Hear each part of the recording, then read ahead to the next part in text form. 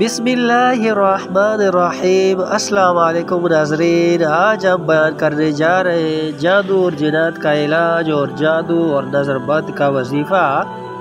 تو انشاءاللہ نظر بند اور جادو اور جنات ختم ہو جائے گا اور حسد بھی ختم ہو جائے گا۔ اور کوشش کریں کہ اس سے پہلے کہ استغفار آپ کثرت سے پڑھا کریں اور بوضو رہیں گے تو انشاءاللہ بہت جلدی اثر ہوگا۔ اور کوشش یہ بھی کریں کہ اللہ پہ یقین رکھیں، بھروسہ رکھیں تو انشاءاللہ سب چیز ختم ہو جائے گا۔ اور ذہن میں یہ باتیں نہ رکھیں، کوشش یہی کریں۔ اگر یہ باتیں رکھیں گے، ان پہ عمل کریں گے، یہ عمالوں والے پہ جائیں گے جو بتاتے ہیں تمیز یہ والے، تو کوشش کریں کہ ان پہ زیادہ نہ جائیں اور ان باتوں پہ زیادہ عمل نہ کریں، تو یہی بہتر ہے۔ بس اپنا استغفار پڑھتا رہے۔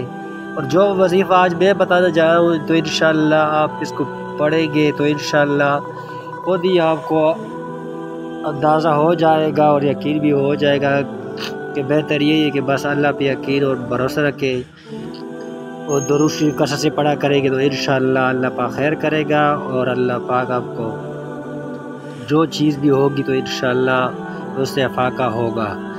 تو کوشش یہی کریں، استغفار کریں اور اس کے بعد آپ نے استغفار کثرت سے پڑھنی ہے اور جو ہے 5 وقت کی نماز بھی پابندی سے پڑھنی ہے۔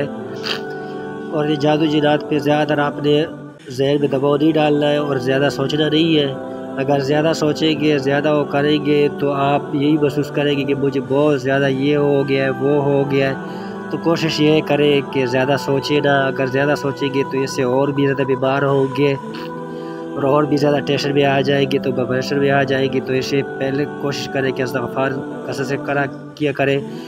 اور جو عمل بتانے جا رہے ہیں وہ یہی ہے کہ لا الہ الا انت سبحانک انی کنت من الظالمین۔ اس سے پہلے آپ نے درود شریف پڑھنا ہے اور پھر آپ نے یہ پڑھنا ہے 101 مرتبہ اور اس کے بعد پھر آپ نے درود شریف پڑھ لینا ہے 11 دفعہ اور اس کے بعد آپ نے آیات الکرسی پڑھ لینی ہے اور آپ نے کثرت سے پڑھنا ہے۔ اور جس بھی پڑھ سکتے ہیں لیکن کوشش یہ کریں کہ صبح کی نماز کے بعد پڑھیں یا عشاء کی بعد پڑھیں۔